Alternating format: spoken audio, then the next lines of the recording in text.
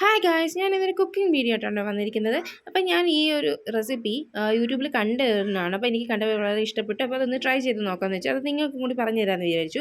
അപ്പോൾ ചവ്വരി വെച്ചിട്ടുള്ള ഹൽവയാണ് ഉണ്ടാക്കുന്നത്. അപ്പം 1 കപ്പ് ചവ്വരി നമ്മൾ കഴുകി വൃത്തിയാക്കിയിട്ട് ഒരു 3 മണിക്കൂർ അതൊന്ന് കുതിരാനായിട്ട് വെക്കുക. അതിനുശേഷം അതെടുത്തിട്ട് കുറച്ച് വെള്ളത്തിലൊന്ന് നല്ലപോലെ അരച്ചെടുക്കുക. അരച്ചെടുത്ത് അതും 2 കപ്പ് ശർക്കര പാനിയും കൂടി ഒഴിച്ച് മിക്സ് ചെയ്ത ശേഷം അതൊന്ന് വറ്റിച്ചെടുക്കണം. അത് ചെറിയ ഫ്ലെയിമിൽ വേണം കേട്ടോ ഇതൊക്കെ ഒന്ന് ചെയ്യാൻ. അപ്പോഴത്തേക്കും നമ്മൾ പാത്രത്തിൽ നിന്നൊക്കെ ഇത് വിട്ട് വിട്ട് വരും. ഈ ഒരു പരുവം എത്തുമ്പോഴത്തേക്കും നമ്മളൊരു 1/4 കപ്പ് വെളിച്ചെണ്ണ 2-3 പ്രാവശ്യമായിട്ട് ഒഴിച്ച് കൊടുത്ത് ഒന്ന് മിക്സ് ചെയ്തെടുക്കുക. അതിനുശേഷം കുറച്ച് ഏലക്കാപ്പൊടിയും കൂടി ചേർക്കുക. പിന്നെ നമുക്ക് ആവശ്യത്തിനുള്ള നട്ട്സ് അത് ഞാനിവിടെ എടുത്തിരിക്കുന്നത് കാഷ്യൂസ് ആണ് കേട്ടോ. എന്നിട്ട് ഹൽവ സെറ്റ് ചെയ്യാൻ പറ്റിയിട്ടുള്ള ഒരു പാത്രത്തിൽ നമ്മൾ കുറച്ച് വെളിച്ചെണ്ണ തടവി അത് ചേർത്ത് വെക്കാവുന്നതാണ്. എന്നിട്ട് തണുപ്പിച്ച ശേഷം കട്ട് ചെയ്ത് മുറിച്ച് കഴിക്കുക.